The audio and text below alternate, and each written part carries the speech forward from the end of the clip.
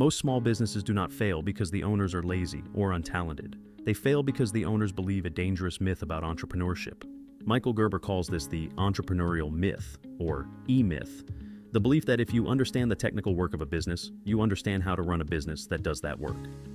In this video, the focus is on the key lessons from the E-myth revisited and how they apply directly to small business owners and entrepreneurs. The goal is simple: help you build a business that works for you instead of a business that depends on you. The entrepreneurial myth. Most small businesses are started by people Gerber calls technicians: bakers, coders, designers, consultants, tradespeople.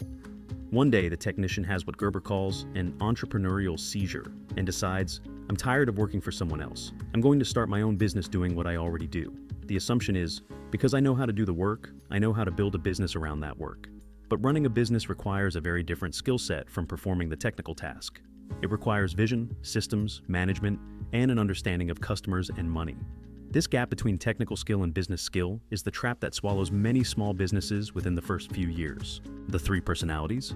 Gerber explains that every business owner has three personalities living inside them: the entrepreneur, the manager, and the technician.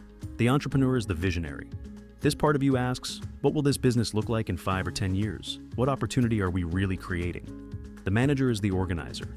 This part of you wants order, structure, plans, schedules, and predictable results. The technician is the doer. This part of you wants to roll up their sleeves and just get the work done, one job at a time, right now. In most small businesses, the technician dominates. The owner spends almost all day doing the work and very little time designing or managing the business. A key lesson of the book is that a healthy business requires all three roles, and the owner must consciously shift between them instead of living only as the technician. Working in the business versus on the business. Gerber draws a powerful distinction: working in your business versus working on your business.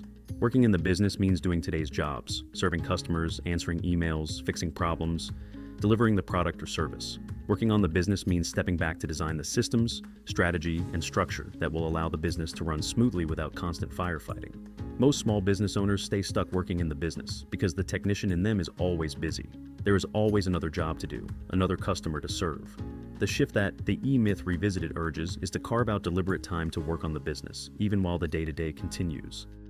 The life stages of a small business. Gerber describes three main stages in the life of a small business: infancy, adolescence, and maturity. In infancy, the owner is the business. The technician runs the show, doing almost everything personally.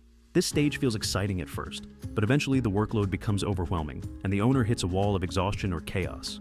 In adolescence, the owner starts hiring help, often by handing off random tasks without real systems. This can create new problems: inconsistency, confusion, and a feeling that no one does it as well as I do, which pushes the owner back into doing everything. In maturity, the business is built around systems and a clear vision, not around the owner's constant presence. It operates as an organized, intentional company rather than an improvised job. The E-myth revisited encourages owners to adopt the mindset of a mature business from the very beginning, even if the business is still small. The franchise mindset and the prototype. One of the most important ideas in the book is to think of your business as a franchise prototype, whether or not you ever plan to franchise it. This means designing your business so that it could be replicated in another location by people who are not you, using clear systems and standards. Gerber points to the success of franchises like McDonald's. They rely on consistent systems rather than heroic individual effort. The system runs the business and the people run the system. When you build your own small business as a prototype, you ask, if I had to roll this out in 10 more locations, what would need to be documented, standardized, and simplified? This mindset forces clarity about how you serve customers, how you hire and train, how you deliver, and how you ensure a consistent experience every time. Systems, the heart of a scalable business. At the center of the E-myth revisited is one core principle: systems thinking. A system is simply a documented, repeatable way of doing something: how you answer the phone, how you handle complaints, how you create proposals, how you deliver your product. Gerber argues that successful businesses are built as integrated systems designed to produce a consistent result for the customer. Instead of relying on memory or improvisation, you create checklists, scripts, templates, and step-by-step processes that anyone on your team can follow. This reduces errors, increases predictability, and makes training new people far easier. It also frees the owner from being the only person who knows how everything is done. For small business owners, the practical takeaway is, if you do something more than once, invest time in turning it into a simple, written system. Designing your business, vision, structure, and strategy. The E-myth revisited also walks through the elements of intentionally designing your business, instead of letting it evolve by accident. Gerber emphasizes starting with a clear primary aim. what kind of life you want, and how the business must be shaped to support that life. From there, you define the strategic objective of the business, what markets you serve, what standards you hold, what financial results you target, and what your business will look like when it is complete. You then design an organizational structure, even if you are the only person in the business right now. You map out roles and responsibilities as if the business were already larger: marketing, operations, finance, customer service, and so on. In the beginning, your name might be in all the boxes. Over time, as you grow, you will hire people into those roles, and the structure will already be clear. This design-first approach keeps the business aligned with your vision, instead of drifting randomly as tasks pile up. The customer and the experience. Gerber reminds readers that the business ultimately exists to create a specific, reliable experience for the customer. Systems are not just internal tools, they are how you consistently deliver value to the people you serve.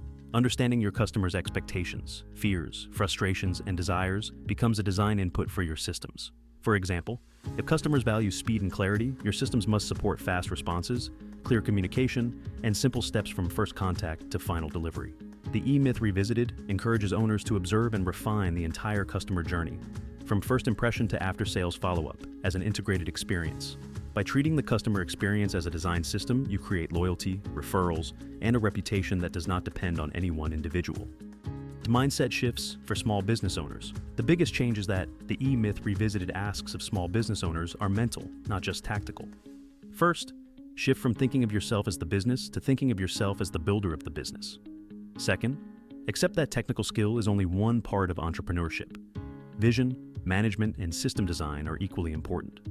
Third, embrace the idea that your business should be able to operate without your constant presence. Freedom comes from systems, not from working more hours. Finally, commit to continuous improvement of your systems. Test, measure, refine, and document better ways of doing things as you learn. These mindset shifts turn the daily chaos of small business into a deliberate project, creating an organization that can last and grow.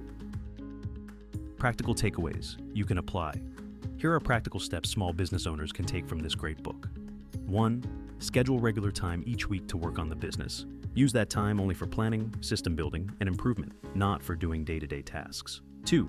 List the most frequent or critical activities in your business, such as how you onboard clients, how you deliver your core service, and how you follow up, and start turning them into simple written procedures. 3. Draw an organizational chart for your ideal business, with clearly defined roles and responsibilities, even if your name is in most of those boxes for now. 4. Clarify your primary aim and strategic objective. Ask, what kind of life do I want, and how must this business work to support it? 5. Observe your customer journey from their perspective and redesign touchpoints to be more consistent, easier, and more valuable. These actions move you from being consumed by the work to intentionally designing how the work gets done. Wrap up, The E-Myth Revisited is not just a book about small business. It is a challenge to rethink what it means to be an entrepreneur. It exposes the myth that technical skill alone is enough, and shows that real success comes from balancing the entrepreneur, the manager, and the technician within you. It urges you to work on your business, not just in it, to design systems, and to build a franchise-style prototype that could run without you. For small business owners and entrepreneurs, the message is clear. Do not just build a job for yourself. Build a business that can grow, scale, and ultimately give you both the impact and the freedom you set out to create. Thank you for watching, and don't forget to comment which book you would like us to cover next.